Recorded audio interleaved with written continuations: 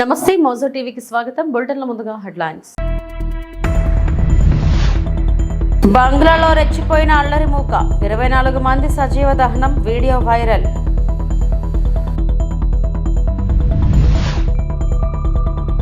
జనసేనలోకి Visakha YCP కార్పొరేటర్లు, పవన్ కళ్యాణ్ కీలక వ్యాఖ్యలు.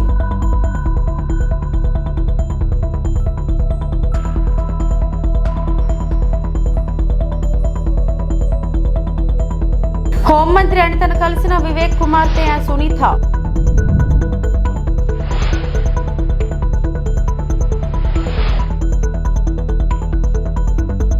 బంగ్లాదేశ్ రణరంగంగా మారింది.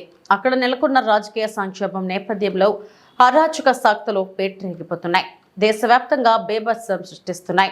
మరోవైపు నోబెల్ శాంతి బహుమతి గ్రహీత ఆర్థికవేత్త మొహమ్మద్ యాసిస్ బంగ్లాదేశ్ తాత్కాలిక ప్రభుత్వాధినేతగా మంగళవారం రాత్రి పగ్గాలు చేపట్టారు. అయితే అవామీ లీగ్ పార్టీ అధినేత్రి షేక్ హసీనా రాజీనామా అనంతరం ఆ పార్టీ నేతల ఇళ్లు, వ్యాపారాలను ధ్వంసం చేస్తున్నారు.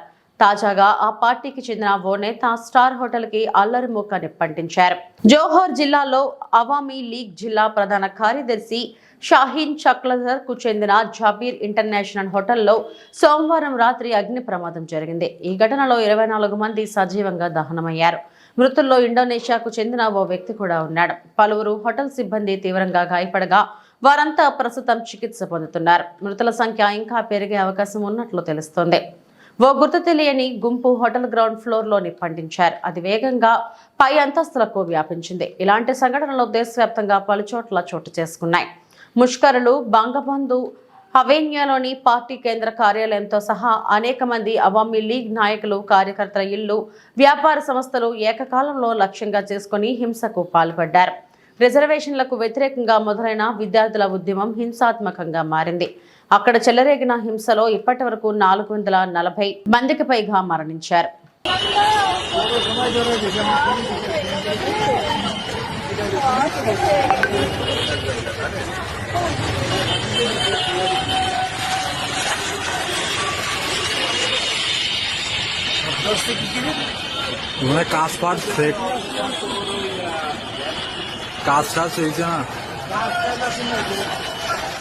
విశాఖ వైసీపీ కార్పొరేటర్లు జనసేనలో చేరారు. వారిని పార్టీలోకి ఆహ్వానించిన జనసేన పార్టీ అధ్యక్షుడు పవన్ కళ్యాణ్ చేరికల సందర్భంగా డిప్యూటీ సీఎం పవన్ కళ్యాణ్ కీలక వ్యాఖ్యలు చేశారు.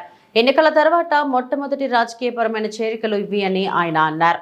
నాకు ఎంతో ఇష్టమైన విశాఖ నుంచి పార్టీలోకి చేరికలు మొదలు కావడం ఆనందంగా ఉందన్నారు. రాష్ట్ర అభివృద్ధి, ప్రజల సంక్షేమమే కూటమి ప్రభుత్వ లక్ష్యమని పవన్ స్పష్టం చేశారు. పార్టీలో కొత్తగా చేరిన నాయకులంతా రాజకీయంగా ఎదగాలని కోరుకుంటున్నా. పార్టీ కోసం కష్టపడిన జన సైనికులు వీర మహిళలతో మమ్మేకమై ముందుకు వెళ్లాలి. రానున్న కార్పొరేషన్ ఎన్నికల్లో కూటమి తరపున బలంగా విజయం సాధించే విధంగా అంతా కృషి చేయాలి. విశాఖలో పొల్యూషన్ ఆడిట్ నిర్వహిస్తాం. విశాఖలో కాలుష్యం సమస్య చాలా ఎక్కువగా ఉంది. దేశంలోనే వాయు, జల కాలుష్యం ఎక్కువగా ఉన్న నగరంగా ఉంది. కార్పొరేటర్లుగా మీ అందరిపై కాలుష్య నియంత్రణ మండలి నా పరిధిలోనే ఉంది. ఎక్కడైనా సమస్యలు ఉంటే నా దృష్టికి తీసుకురండి. విశాఖలో పొల్యూషన్ ఆడిట్ నిర్వహించాల్సిన అవసరం ఉందని, విశాఖ రియల్ ఎస్టేట్ సమస్యలు కూడా ఎక్కువగానే ఉన్నాయని పవన్ కళ్యాణ్ పేర్కొన్నారు. 77వ వార్డు నుంచి బట్టు సూర్యకుమార్ గారు.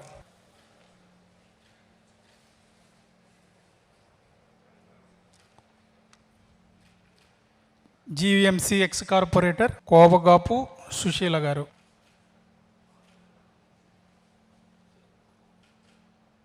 శ్రీ కనక మహాలక్ష్మి ఆలయం మాజీ చైర్మన్ చెర్రిపోతుల ప్రసాద్ గారు.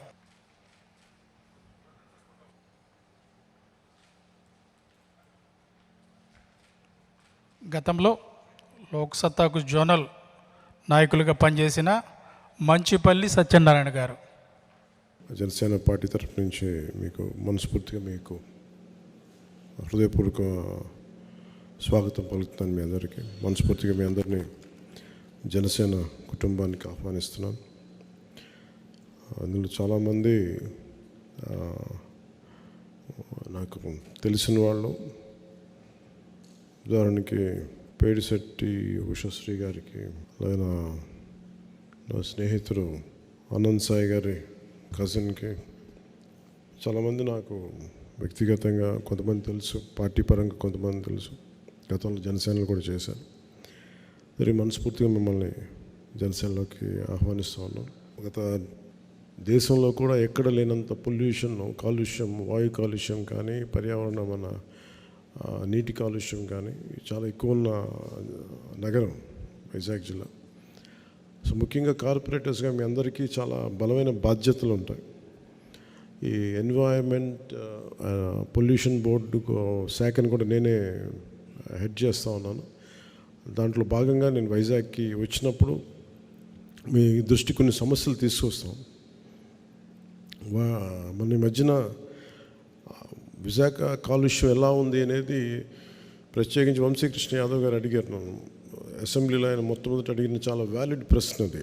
సో దానికి చాలా వివరంగా చెప్పాను. ఇంకా దాని నుంచి తీసుకొని సూచనలు తీసుకొని వైజాగ్లో ఈ మన ఎన్నికలు అయిపోయిన వెంటనే ఒకసారి ఎన్వైర్మెంటల్ ఆడిట్ చేయాలి. కాలుష్యం ఏ స్థాయిలో కాలుష్యం ఉంది, భవిష్యత్తులో తీసుకోవాల్సిన చర్యలు ఏంటి, వీటన్నిటి మీద ముందుంటాం.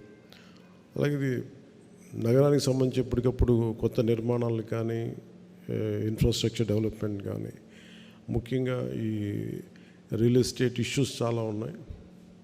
సో వాటన్నిటి మీద మనందరం కలిసికట్టుగా పోరాటం చేసి ప్రజలకు న్యాయం చేద్దామని తెలియజేసుకుంటూ, ఇక్కడికి వచ్చిన పార్టీలో జాయిన్ అయిన పుర్రె పూర్ణశ్రీ గారికి, లీలావతి శ్రీనివాస్ ఆళ్ళ గారికి, పేడిశెట్టి ఉషశ్రీ గారికి, కంటిపాము కామేశ్వర గారికి, భట్టు సూర్యకుమార్ గారికి,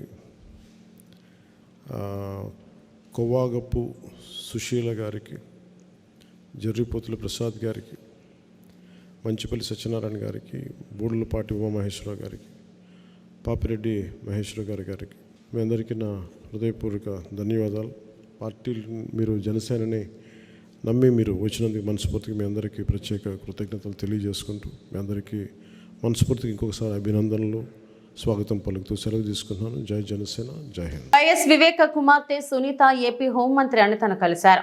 తన తండ్రి హత్య కేసులో జరిగిన అన్యాయాన్ని ఆమె మంత్రికి వివరించారు. వివేక హత్య తదనంతర పరిణామాలను హోంమంత్రి దృష్టికి తీసుకువెళ్లారు. గత ప్రభుత్వ హయాంలో స్థానిక పోలీసులు హంతకులకు అండగా నిలిచారని ఆరోపించారు. వారిపై చర్యలు తీసుకోవాలని కోరారు. విచారణ సమయంలో కేసును నీరుగార్చేలా వ్యవహరించారని పేర్కొన్నారు. సిబిఐ అధికారులపై తప్పుడు కేసులతో పాటు సాక్షులను బెదిరించారని సునీత హోంమంత్రికి వివరించారు. ఈ కేసు సిబిఐ విచారణలో ఉన్నందున ప్రభుత్వం తరపున పూర్తి సహకారం ఉంటుందని మంత్రి అనిత తెలిపారు. దోషులకు శిక్ష పడేలా చూసేందుకు ప్రభుత్వం చిత్తశుద్ధితో పనిచేస్తుందని చెప్పారు. తప్పు చేసిన పోలీసులను వదిలిపెట్టేది లేదని స్పష్టం చేశారు.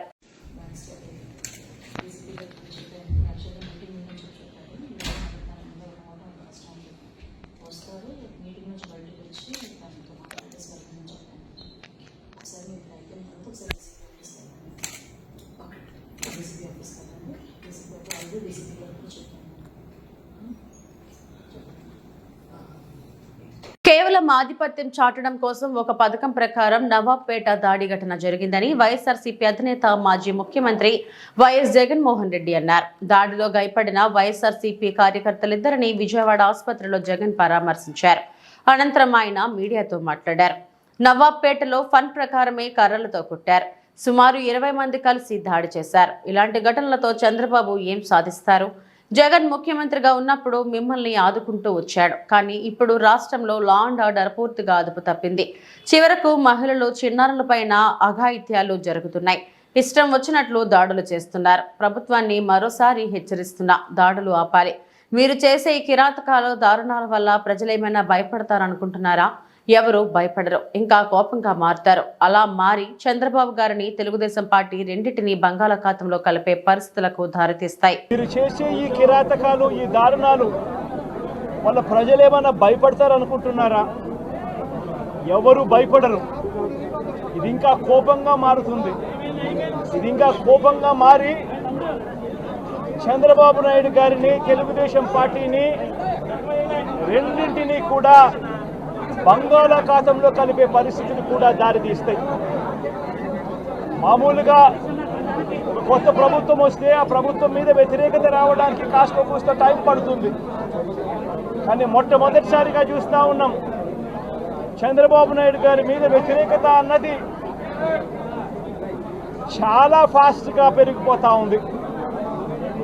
నిజంగా ముఖ్యమంత్రిగా ఉన్న వ్యక్తి గవర్నెన్స్ మీద ఫోకస్ పెట్టాల్సింది పోయి ఏం చేస్తా ఉన్నాడు అన్నది ఒక్కసారి తనను తాను ప్రశ్నించుకోవాలి అని అడుగుతా ఉన్నా. ఈరోజు రైతులకు సంబంధించి వ్యవసాయం పూర్తిగా ముమ్మరంగా సాగుతా ఉన్న పరిస్థితుల్లో రైతులకు తాను హామీ ఇచ్చిన మేనిఫెస్టోలో తాను చెప్పిన హామీ రైతులకు 20,000 రూపాయలు పెట్టుబడి సహాయంగా ఇస్తానని చెప్పి రైతులకు ఎగరగొట్టేశాడు. ఇవ్వాల్సిన రైతు భరోసా సొమ్మును కూడా ఇవ్వకుండా, ఎక్కువ చేసి ఇస్తానన్న రైతు భరోసా సొమ్మును కూడా ఇవ్వకుండా రైతులకు మోసం చేశాడు. పిల్లలు బడులకు పోతా ఉన్నారు. ఎంతమంది పిల్లలు బడులకు పోతా ఉన్నారు అన్నది అందరికీ తెలిసిన లెక్కలే. ప్రతి సచివాలయంలోనూ ఎంప్లాయీస్ ఉన్నారు, మండల ఎడ్యుకేషన్ ఆఫీసర్లు ఉన్నారు. అయినా కూడా తల్లులను మోసం చేస్తూ అమ్మఒడి ఎగరగొట్టేశారు. ప్రతి పిల్లాడికి ఇస్తాను అని ఎన్నికలప్పుడు చెప్పిన హామీ నీకు 15,000, నీకు 15,000, నీకు 15,000, నీకు 15,000 అని చెప్పి ఆ ప్రతి పిల్లాడిని చూపించి ఇస్తాము అని చెప్పి ఆ పిల్లలను మోసం చేశారు. ప్రతి అక్క చెల్లెమ్మలను మోసం చేశారు.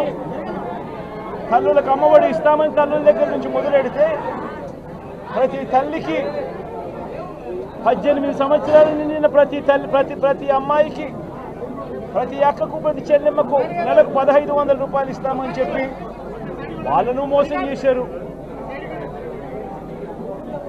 ఈరోజు ఫీజు రీఇంబర్స్మెంట్ తీసుకుంటా ఉన్న పిల్లలు జనవరి, ఫిబ్రవరి, మార్చ్ క్వార్టర్ ఫీజులు రాలా. ఏప్రిల్, మే, జూన్ ఫీజులు, 2వ క్వార్టర్ కూడా ఫీజులు రాలా.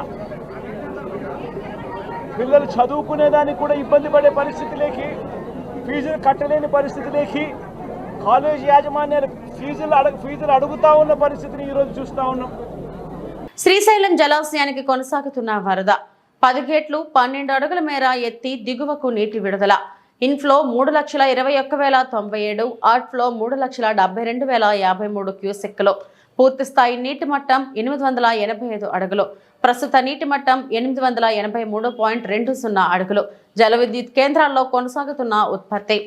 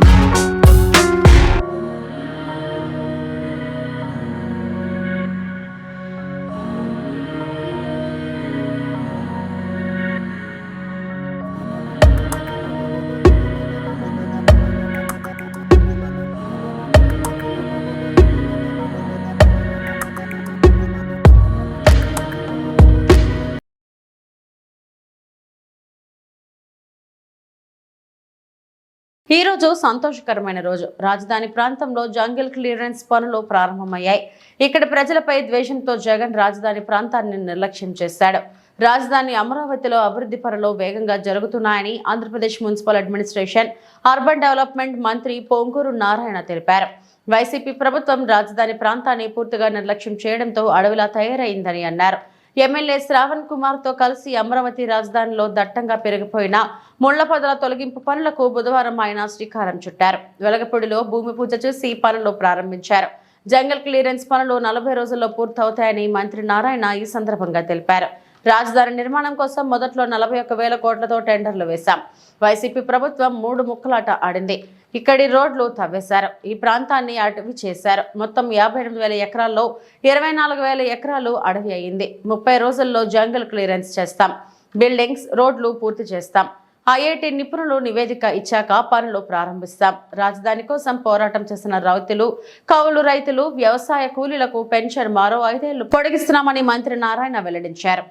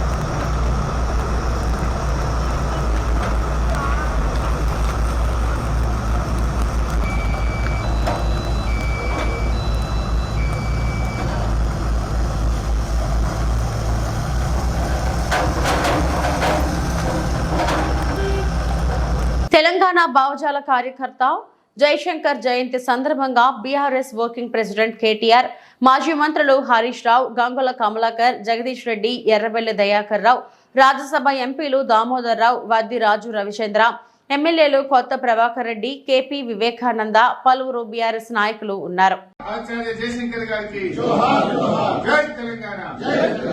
తెలంగాణ ఉద్యమానికి మొదటి నుంచి అండాదండగా ఉంటూ జీవితం అంతా తెలంగాణ కోసం పరితపించిన మహానుభావులు పెద్దలు ప్రొఫెసర్ జయశంకర్ గారి జయంతి సందర్భంగా ఈరోజు ఏ ఢిల్లీలోనైతే వారు నిర్విరామంగా ఎన్నో గంటలు, వందల గంటలు కేసీఆర్ గారితో కలిపి ఇక్కడ ఉన్న పార్టీలను ఒప్పించడానికి కష్టపడ్డారు, అదే ఢిల్లీ వేదికగా ఈరోజు బీఆర్ఎస్ నాయకత్వం అందరం కూడా ఇక్కడ గౌరవనీయులైన శాసనసభ్యులు, మాజీ మంత్రివర్యులు అందరం కలిసి గౌరవ పార్లమెంట్ సభ్యులు ఇవాళ వారికి ఘనంగా నివాళులు అర్పిస్తా ఉన్నాం. ఏ తెలంగాణ కోసం అయితే జయశంకర్ సార్ జీవితం అంతా కష్టపడ్డారో ఇవాళ ఆ తెలంగాణ సాధించుకొని సవ్యమైన దిశలో 10 ఏళ్ల పాటు నడిచింది. భవిష్యత్తులో కూడా ఇప్పుడున్న పాలకులు ప్రొఫెసర్ జయశంకర్ గారు కలలు కన్న తెలంగాణ సాధించే దిశగా మరిన్ని వారి ఆశయాలు నెరవేర్చే దిశగా కృషి చేయాలని కోరుతూ మరి పెద్దలు జయశంకర్ గారికి మా నాయకులు కేసీఆర్ గారు ఘనమైన నివాళులు అర్పించారు. జయశంకర్ భూపాలపల్లి జిల్లా పేరు పెట్టినా లేదా మన రాష్ట్ర వ్యవసాయ విశ్వవిద్యాలయానికి ప్రొఫెసర్ జయశంకర్ గారి పేరు పెట్టినా ఇవన్నీ కూడా కేవలం వారికి మా పార్టీ తరఫున, ప్రభుత్వం తరఫున, తెలంగాణ సమాజం తరఫున మేము అర్పించిన చిరు నివాళి. వారు ఎక్కడ ఉన్నా వారి ఆత్మ శాంతించాలని, వారు పూర్తి స్థాయిలో వారి ఆశీస్సులు ఎల్లవేళలా మాకు ఉండాలని మనస్ఫూర్తిగా కోరుకుంటూ ఈ జయంతి సందర్భంగా వారికి మా అందరి తరఫున ఘనమైన నివాళి. రాజధాని ప్రాంతంలో పేదవాళ్లు ఉండకూడదా? అర్హత ఉన్న ప్రతి పేదవాడు ఎక్కడైనా నివాసం ఉండటానికి అవకాశం ఉంది. ఆ కోణంలోనే పేదవారికి వైఎస్ జగన్ ఇక్కడ ఇళ్ల స్థలం ఇవ్వడం జరిగింది. దానిని రద్దు చేయడం ఏంటి? పేదలకు ఇచ్చిన ఇళ్లను రద్దు చేస్తున్నారు అంటే పేదల పట్ల మీకు ఎలాంటి అవగాహన ఉందో అర్థమవుతుంది అని మేరుగా నాగార్జున మాజీ మంత్రి పేర్కొన్నారు. నెక్స్ట్ రాజధాని అని చంద్రబాబు నాయుడు గారు చెప్తా ఉన్నారు కదా, రాజధాని ప్రాంతంలో పేదవాళ్ళను కూడా ఉండాలనే ఆలోచన ఆయనకు ఉందా? పేదవాళ్ళకి ఇచ్చినటువంటి ఇళ్ల స్థలాలను తీసుకోవటం ఏంటి? అసలు రాజధాని ప్రాంతంలో వాళ్ళు ఎవరుంటారో ఒకసారి చెప్పమనండి వారిని. పేదవాళ్లకు ఇళ్ల స్థలాలు ఇస్తే వాళ్ళని తీసుకోవడం, వాళ్ళని రానియకుండా చేయాలనే నెపాన్ని మేము తప్పుపడతా ఉన్నాం. అర్హత ఉన్నటువంటి ప్రతి పేదవాడు ఎక్కడైనా నివాసం ఉండటానికి అవకాశం ఉంది.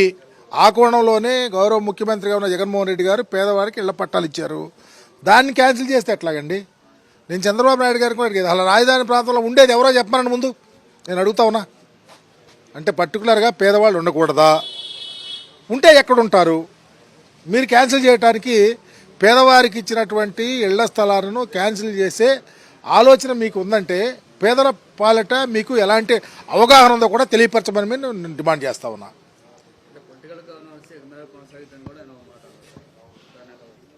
అంటే ఒక విషయం అక్కడే తేలిపోతా ఉంది, చంద్రబాబు నాయుడు గారికి జగన్మోహన్ రెడ్డి గారికి మధ్య ఉన్నటువంటి తేడా. అధికారం వచ్చిన తర్వాత ఏ వ్యక్తి అయినా ఈ రాష్ట్రంలో ఉన్న ప్రజలను సమానంగా చూడాల్సిన బాధ్యత ఉంది. వారికి అందాల్సినటువంటి అర్హత ఉన్న ప్రతి ఒక్కరికి వాళ్ళ సక్రమైన పద్ధతిలో ఎవరికైనా సంక్షేమ పథకాలు అందించాలన్నదే ప్రభుత్వ ధ్యేయంగా ఉండాలి. ఆ కోణంలోనే ముఖ్యమంత్రిగా ఉన్నప్పుడు జగన్మోహన్ రెడ్డి గారు పార్టీలు చూడమన్నారు, కులాలు చూడమన్నారు, అర్హతే ప్రామాణికంగా అందరికి అవకాశాలు ఇచ్చారు. అధికారులు కూడా ప్రత్యేకంగా చెప్పారు. కానీ ఈరోజు అలా లేదే. జగన్మోహన్ రెడ్డి గారు పనితరానికి చంద్రబాబు నాయుడు గారు గవర్నెన్స్ మారుస్తూ ఉన్నారు. అయిన వాళ్ళకి అందరం ఎక్కించాలని, కాని వాళ్ళని దూరంగా పెట్టాలన్న ఆలోచనతోనే కుట్రలో భాగంగా వారు మాట్లాడుతూ ఉన్నారు. ప్రజలంతా గమనిస్తారు. రాష్ట్రంలో టీడీపీ కూటమి అధికారంలోకి వచ్చాక తొలిసారి నిర్వహించిన కలెక్టర్ల సదస్సులో ఎన్నికల ముందు ఇచ్చిన హామీల అమలుపై సీఎం చంద్రబాబు స్పష్టత ఇస్తారనుకుంటే అవేమీ లేకుండానే పరిపాలనలో తన వైఖరి ఎలా ఉండబోతుంది అనేది తేటతెల్లం చేశారని మాజీ మంత్రి కాకాని గోవర్ధన్ రెడ్డి మండిపడ్డారు. ఎన్నికల ముందు ఇచ్చిన హామీలేవి అమలు చేయకపోవడం లేదని ఈ సదస్సులో సీఎం పరోక్షంగా తేల్చి చెప్పారని ఆయన స్పష్టం చేశారు. ఆదాయం పెంచి హామీలను నెరవేరుస్తారని ఎన్నికల ముందు గొప్పగా ప్రచారం చేసుకున్న చంద్రబాబు తానేం చేయబోతున్నాడనేది కలెక్టర్ల సదస్సులో ఒక్క మాట కూడా చెప్పలేదని ఆక్షేపించారు. కలెక్టర్లు విజన్ డాక్యుమెంట్లు తయారు చేయాలని, సంపద సృష్టిపై వారు దృష్టి పెట్టాలని సీఎం కోరడం ఎంతవరకు సబబు అన్న కాకాని అదెలా సాధ్యమని అన్నారు. వచ్చే సెప్టెంబర్ 20 నాటికి తమ ప్రభుత్వానికి 100 రోజులు పూర్తి కానున్న నేపథ్యంలో తన మార్క్ పాలన కనిపించాలని చంద్రబాబు కోరారని, నిజానికి ఇప్పటికే రాష్ట్రంలో చంద్రబాబు పాలన మార్క్ కనిపిస్తుందని మాజీ మంత్రి పేర్కొన్నారు. నారా లోకేష్ రూపొందించిన రెడ్ బుక్ రాజ్యాంగం అమలు చేస్తూ హత్యలు, హత్యాయత్నాలు, దాడులు, ఆస్తుల విధ్వంసం చేస్తున్నారని ప్రస్తావించారు. పేరుకే ఉచిత ఇసుక అని, కానీ అందులో యథేచ్ఛగా దోచుకుంటున్నారని చెప్పారు. పదే పదే ఖజానా ఖాళీ అన్న మాట మాట్లాడుతూ దానివల్ల ఏమీ చేయలేకపోతున్నామంటూ గత తమ ప్రభుత్వంపై నిత్యం బురద చల్లుతున్నారని కాకాని గోవర్ధన్ రెడ్డి దుయ్యబట్టారు. అప్పుడు రాష్ట్ర అప్పులపైన తీవ్ర స్థాయిలో దుష్ప్రచారం చేశారన్న ఆయన వాస్తవానికి మించి చాలా ఎక్కువ లెక్కలు చెప్పారని గుర్తు చేశారు. ప్రభుత్వం ఏర్పడిన తర్వాత మొట్టమొదటిసారిగా కలెక్టర్ల కాన్ఫరెన్స్ నిర్వహించాడు. దీని ద్వారా ఈ రాష్ట్రంలో చంద్రబాబు నాయుడు ఎటువంటి కార్యక్రమాలకు శ్రీకారం చుడుతున్నాడు అనేటువంటి దాని మీద స్పష్టత వస్తుంది అని చెప్పని అనుకున్నాం. ప్రధానంగా ప్రతి ఒక్కరు దేని గురించి ఆలోచన చేశారంటే రాష్ట్ర ప్రజలందరూ కూడా చంద్రబాబు నాయుడు అనేక రకాలైనటువంటి హామీలు ఇచ్చాడు. ఆ హామీలన్నింటినీ కూడా నెరవేర్చేటువంటి దిశగా జిల్లా కలెక్టర్లకి దిశానిర్దేశం చేస్తారు. లబ్ధిదారుల ఎంపిక కానీ, ఏ విధంగా ఈ కార్యక్రమం ఉండాలి, ఈ విధంగా ఇచ్చినటువంటి కార్యక్రమాలను ఏ విధంగా నెరవేర్చాలనేటువంటి దాని మీద చంద్రబాబు నాయుడు స్పష్టత ఇస్తాడని చెప్పని అందరూ ఊహించారు, భావించారు. ఈరోజు చంద్రబాబు నాయుడు చెప్పకనే పరోక్షంగానే హామీలు ఊసెత్తకుండా హామీలేవి కూడా నెరవేర్చలేకపోతున్నామనేటువంటి ఒక పరోక్షమైనటువంటి సంకేతం కలెక్టర్ల కాన్ఫరెన్స్ ద్వారా ప్రజలకు ఇచ్చినట్టుగా మేము అభిప్రాయపడుతున్నాం. ఎందుకంటే చంద్రబాబు నాయుడు గతంలో అనేక సందర్భాల్లో చెప్పాడు, హామీలను నెరవేర్చలేం, ఆదాయాన్ని పెంచుతాం, కాబట్టి ఆదాయం పెంచి హామీలన్నింటిని కూడా నెరవేరుస్తామన్నాడు. హామీలు నెరవేర్చడానికి నువ్వు ఆదాయం పెంచుతానన్నటువంటి మార్గాన్వేషణ కోసమైనా కలెక్టర్ల కాన్ఫరెన్స్లో ఏదన్నా దిశానిర్దేశం చేసావంటే ఆ దిశగా కూడా అడుగులు వేసినట్టుగా కనిపించలేదు. కాబట్టి చంద్రబాబు నాయుడు గారు ఏదైతే చెప్పాడో, ఏదైతే హామీలు ఇచ్చాడో అవి దరిదాపుల్లో అమలు కాలేకపోతున్నాయనేటువంటి భావన కలిగించేటువంటి విధంగా కలెక్టర్స్ కాన్ఫరెన్స్ జరగడం అనేటువంటిది దురదృష్టకరమైనటువంటి విషయం. దాంతోపాటు కలెక్టర్లందరికీ విజన్ డాక్యుమెంట్లు తయారు చేయండి అని చెప్పాడు. సంపద మీద దృష్టి పెట్టండి అని చెప్పాడు. జిల్లా కలెక్టర్ స్థాయిలో జిల్లా కలెక్టర్ ఏమి సంపద మీద దృష్టి పెడతాడు, ఏమి విజన్ డాక్యుమెంట్ తయారు చేస్తాడు, విజన్ డాక్యుమెంట్ తయారు చేయాలంటే జిల్లాకు సంబంధించినటువంటి అభివృద్ధి ప్రణాళికలు తయారు చేయాలంటే మీరు ఎంత కేటాయిస్తారనేటువంటిది చెప్పకుండా జిల్లా కలెక్టర్కి 5 కోట్లు ఇస్తానని చెప్పినట్టుగా ఈరోజు పత్రికల్లో వార్తలు వచ్చాయి. 5 కోట్ల రూపాయలకి ఏమి విజన్ డాక్యుమెంట్ తయారు చేయాలి ఆయన?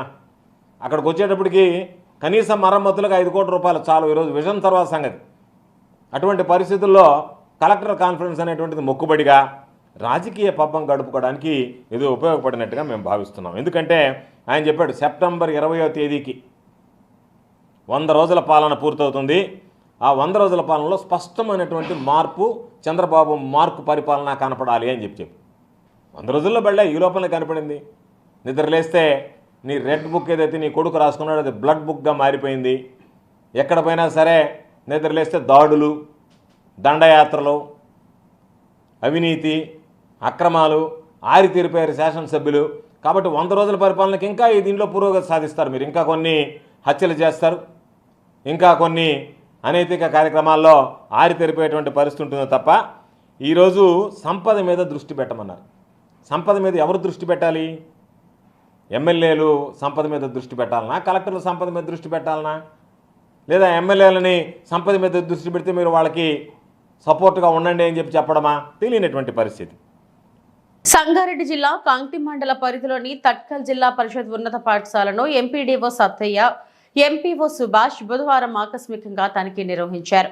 ఈ సందర్భంగా ఎంపీడీఓ పాఠశాల ప్రధాన ఉపాధ్యాయులతో పాఠశాల వివరాలను అడిగి తెలుసుకున్నారు. అనంతరం విద్యార్థుల తరగతి గదులను పరిశీలించి విద్యార్థులతో పలు విషయాలపై సంభాషించారు. అధ్యాపకులు బోధించే బోధనలను క్రమశిక్షణతో విని ఎప్పటికప్పుడు పాఠాలను అభ్యసించాలని విద్యార్థులకు దిశానిర్దేశం చేశారు. అనంతరం పాఠశాల ఆవరణలో స్వచ్ఛదనం, పచ్చదనం కార్యక్రమాలను చేపట్టారు.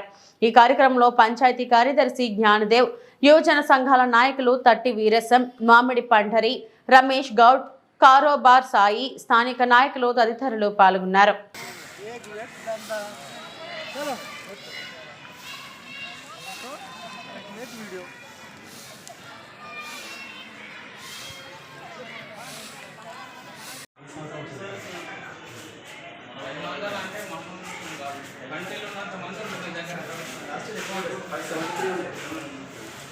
ఇక్కడే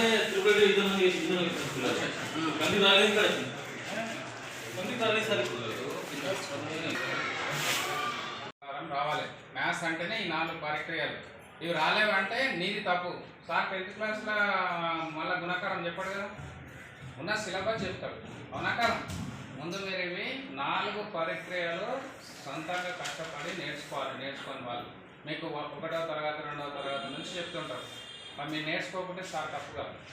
కాబట్టి మ్యాథమెటిక్స్లో ఈ 4 ప్రాథమికంగా 4 పరిక్రియలు వస్తే మ్యాథ్స్ వచ్చినట్టే. దానికి మూలాధారం ఏంటి? మ్యాథమెటిక్స్ మూలాధారం ఏంటి? అంకెలు. అంకెలు అంటే ఏంటి? 0, 1 2 3 4 5 6 7 8 9 వీటితోనే అన్ని మ్యాథమెటిక్స్ సంబంధించిన అన్ని పరిక్రియలు కానీ సబ్జెక్ట్స్ కానీ నడుస్తాయి. అంకెలు పోయి సంఖ్యలు అవుతాయి, అవునా లేదా? ఆ సంఖ్యలనే లేదా అంకెలనే మనం వాటి మీదనే ఈ 4 పరిక్రియలు జరుపుతాం. కూడిక, తీసివేత, గుణకారం, భాగాలు. ఎక్కాలైనా అవే. ఎక్కాలి నథింగ్ బట్ ఏంటి? ఇవి ఇప్పటివరకు నా బులెటిన్ అప్డేట్స్. నమస్తే.